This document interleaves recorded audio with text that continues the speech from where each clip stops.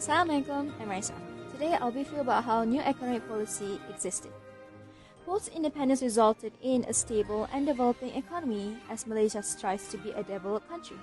However, on 13 May 1969, Malaysia was facing a catastrophe when two of the dominant ethnic, Malay and Chinese, were fighting one another. Ever since British gave Malaysia's independence and left, its policy in the past still affected the citizens of Malaysia, since in the early years they were already being divided to different economic status, which the Malays were placed in remote villages, the Indians were placed in estates, meanwhile the Chinese were put in the city and mining district. This causes a social gap between the races and jeopardized their relationship within one another. On 13 May 1969, a massive riot occurred at Kuala Lumpur between the Malay and Chinese. It all began with offensive slurs, insults, that later on began tumbling down when the two races were at war with each other and killing one another. A state emergency was declared and the clashes were slowly dying out. In order to never let history repeat again, the Deputy Prime Minister, Tun Abdul Razak, constructed and signed a new policy named the New Economic Policy. That is a 20-year action plan beginning in the year 1971 until 1990, with the utmost aim of national unity through several objectives. There are eradicate poverty and restructuring the society. Assalamualaikum and good evening. My name is Muhammad Khairil Haikal, and today I will continue with policy problem of NEP. What is policy problem? Policy problem is identification to the mistakes or something wrong that happens to the policy through public demands.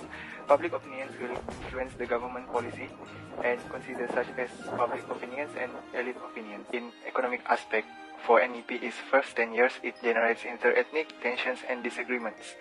NEP was invented to be the policy that helps people that have a problem, such as poverty. The conflict usually happen not because of the ethnic themselves, but it also over political, economic, social, cultural, and territorial matter. This policy turned out to be favored so much by Malay and discriminated by non-Malay community. Issues regarding to the NEP is there was no future for the non-involvement of Malays in the capitalism. As you know, for the goals of NEP to make Malay success same like Chinese. Dr. Mahathir says that this policy was made to make sure that the quantity of the Malaysian businessmen is same like Chinese businessmen, and also he wanted unemployment Malay is same like Chinese people that are unemployed. From this opinion, will make Malaysian trying while idle. It is making the Malaysian people be more lazy in strive by themselves. The second aspect from these issues is political aspect. Money politics is one of these issues, and many people agree that this policy was invented and causing the money politics concept. Money politics can be defined in two ways and situations. The first situation is direct way. When the election times comes, the political party will give money to or give to the supporters or voters to make sure they vote for that politics party. Assalamualaikum, my name is Nashatul Afrina binti Rusli. Now I would like to talk about the objective and goals of the new economic policy. Did you know each policy made has its own objective? This is to guide each implementing groups as well as management groups towards the implementation of their respective tasks. In new economic policy, the government has set two goals that need to be achieved. The first one is to reduce and eradicate poverty by increasing employment opportunities for all people regardless of race. In the words new economic policy mentions about economic, it means if the country's economics grow, the job opportunities will be increased, resulting in racial mixing. Plus, everyone have their respective careers that leads to reducing the burden on government because the government does not need to subsidize the people and in turn will increase government tax. Second objective is to restructure society to reduce and eliminate racial identifications according to economic function. During British invasion, When we talk about Malay, we know they live in the village as a farmer or fisherman, Indians living at the estate as a rubber tapper, and Chinese living at the city doing a business, or certain of them living at the mining area as the tin miners. Certain effort had already taken by the developers, where developers open up new cities and settlements with various public facilities to encourage all races to live together as a community. In the new city, there will be more job opportunities where they can mix with different races and no more racial identification based on job. This initiative can strengthen the interracial relations to move towards a safe and prosperous country. Hello, my name is Siti Shazratul Afiza binti Azaman, and now I will continue with policymakers. Policy is a set of decisions or operations that arise from systematic and recurring interactions between various public and private entities that engage in various ways in the creation, recognition, and resolutions of a problem identified politically as a public one. A policy actor may also be a civil society organization and be those that are influenced one. In other words, a policymaker is someone who creates ideas and plans, especially carried out by a business or government. A mayor, a school board, a corporation's board director, and the Prime Minister of Malaysia are all called policymakers. For instance, the use of policy actors can be seen through the Implementation Coordination Unit, which is a central agency under the Prime Minister's Department. This unit is responsible for assessing the alignment and execution of strategies such as the new economic policy, privatization policy, and the state and federal infrastructure projects. This central organization is split into several branches such as Contractor Service Center, Poverty Eradication Section, the Restructuring Section of Society, Management Information Section, Petroleum Information Section, Infrastructure and Public Facilities Division, and the last one, Administrative and Financial Division. Again, second example of how policy actor works is Economic Planning Unit, where it is a central agency which is also located under the Prime Minister's Department. Their roles and responsibilities are in planning the economic development of the country.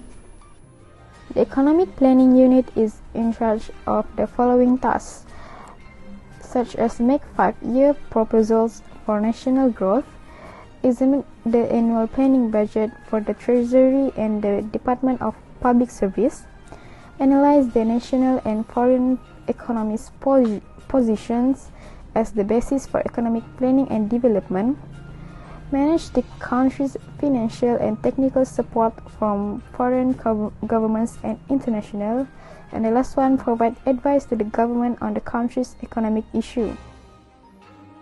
Assalamualaikum, my name is Nurba Krisha, and today I'll be explaining about the implementation of new economic policy. The government has implemented some programs and strategies to eradicate poverty and to restructure society by eliminating the identification of race with economic function. The strategy to eradicate poverty is the government has collaborated with the private sector and non-governmental organizations. Several governmental bodies such as FILDA and RISTA were also involved. This can be seen through in the first half of the NEP that agricultural policy was the primary tool in transforming rural areas. Next, the government has also tried to improve the poor's life by providing infrastructural and social facilities. This includes electricity, highways, medical and health facilities, and schools for the rural population.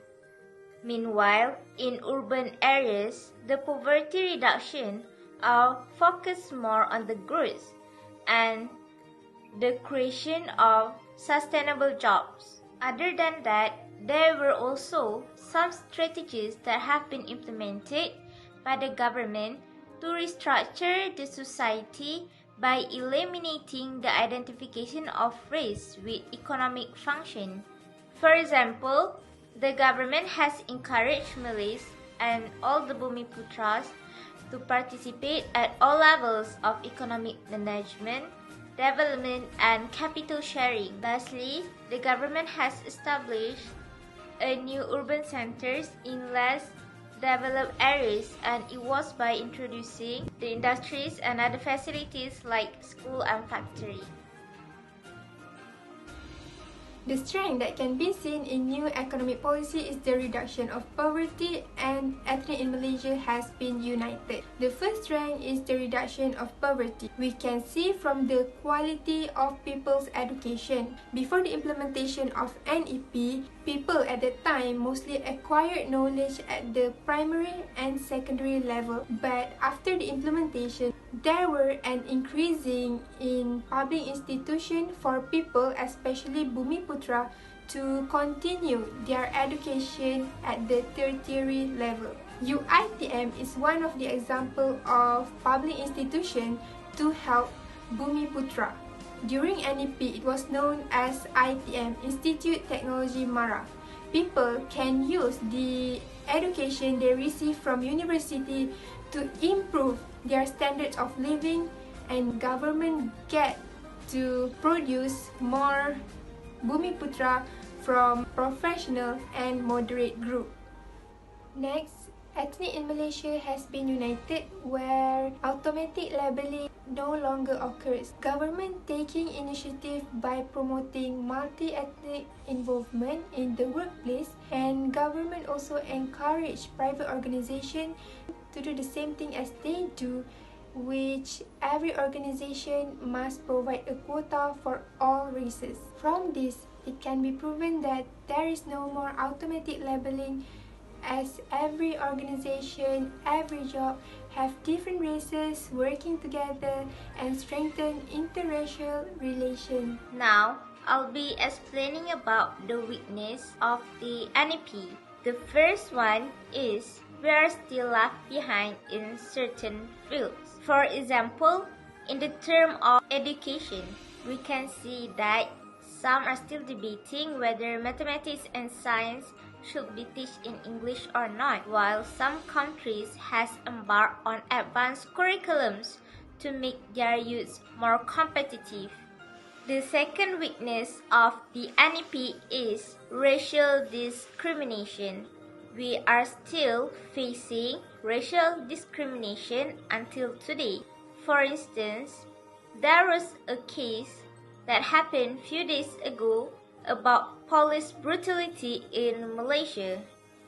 It happened when the victim was beaten by the cops using rubber hose and died due to serious injuries. Actually, these kind of cases like police brutality usually happen in other countries like the United States, but now it happened here in Malaysia. So we as Malaysians need to work together to end the racism in our country. The opportunity that can be evaluated by the policy is it can expand business in other countries. One of Malaysia's economic boosters is their agriculture sector, especially the palm oil exportation that makes them the second largest supplier after Indonesia. As a major provider, Malaysia will extend its market so that its economy will rise since palm oil is on demand, especially for food industries. For example, China is the main contributor for Malaysia's palm oil sector, in which they wanted the exportation of the liquid fraction of the palm oil, named palm oil. On the other hand, there is a potential country that Malaysia could expand its palm oil exportation, and that is Afghanistan, which is referred as the Golden Gateway for Malaysia to move through marketing in Central Asia, such as Uzbekistan, and many more. This eventually will make Malaysia to further grow its palm oil industry market and earned a lot of money. Next opportunity is increasement investment in Malaysia. Since NAP's termination in 1990, it has been able to restructure Malaysia's economy by raising Bumiputra's employment in variety main sectors, such as mining and engineering. Thus, it also raises Bumiputra's wealth ownership to 19.3% compared to previously, which amounted to only 2.4%.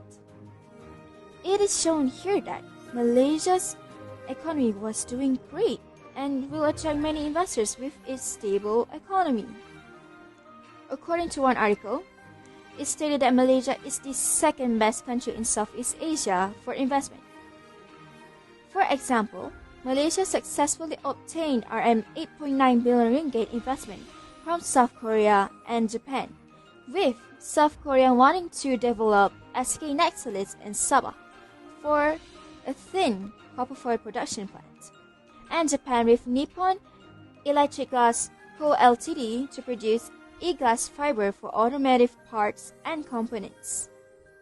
Finally, it shows that with Malaysia's stable economy and pro-business government, it will raise the number of investors in Malaysia. Pursuing the new economic policy NEP for about 20 years, Malaysia faced various obstacles. The establishment of the new economic policy is to eradicate poverty amongst the community by creating more job employment. With these reasons, our government hopes that the numbers of unemployment can be reduced and at the same time, every person in this country have a stable and sufficient job for a really long time. The first threat that Malaysia has to face is Malaysian people who are working in Singapore.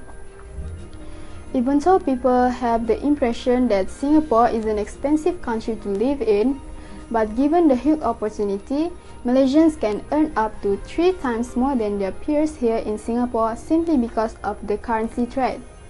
For example, front office supervisor used to receive about 2,800 ringgit a month here in Johor Bahru, but then transferred to Singapore after being offered Singapore dollar 2,000 for the same job. The next threat is Malaysian ringgit money currency drop. Currency is important because it will stabilize and improves the economy of a country since each country has its own value. In Malaysia, we use Malaysian ringgit as our currency. Malaysia currency at around 4 ringgit and 15 cents to $1, despite in 2014, the currency for Malaysian ringgit to US dollar is at 3 ringgit and 20 cents, but quickly depreciating at the end of 2015, and it has never recovered since then. One of the reasons why this could happen is because trade war. This is because many Asian countries, including Malaysia, have relied heavily on trade to drive development. Looking at Malaysia's open market, it seems that it will be stuck in the center with overall merchandise trading accounting for 120% of gross domestic product. So in Malaysia, the trade war has had a limited direct economic influence, but the second round effect is being felt by the Malaysian currency and other emerging currencies and other emerging market currencies. First recommendations is by avoiding showing favoritism towards one ethnic over another one and try to discriminate others based on race, religion, gender, or in any other equality. Other than that, every political party must be reminded to focus on the civic about taking serious of all ethnic that exist in the state. Furthermore, offering aid to all races regardless of religion or nationality and need to be given fairly and equitably when there are something bad have happened. In Malaysia, we need to unite in one to make this country as peace as ever, and this will be the best way to start over in focusing the growth of economic in Malaysia. The third way is we have to fully utilize the human aspect in Malaysia, such as recruiting majority of the citizens of Malaysia so we can decrease the using of foreign workers in Malaysia. As we can see, nowadays, there are too many foreign workers that works in our country. There are some people in Malaysia that's not interested to work and choose to focus to their passionate only. In conclusion, NEP is a framework and action plan devised by the Malaysian government in order to achieve national unity with the goals of eradicating poverty and reshaping community in Malaysia. Despite its shortcomings, it managed to help reduce poverty in Malaysia by raising incomes, creating jobs, and many more. Furthermore, it also managed to restructure society by using key tactics such as removing the association of race with economic function. These strategies partially succeeded until the end of 1990. But later on, a new policy, a much more modified version of NEP was introduced. That is the National Development Policy by Tun Dr. Mahathir. Overall, NEP is a strategy to expand Malaysia's opportunities to strengthen not only its economy but also its ethnic relations. As a result, even though NEP didn't manage to fully achieve its aim, its effort did pave way for potential implementations and strategies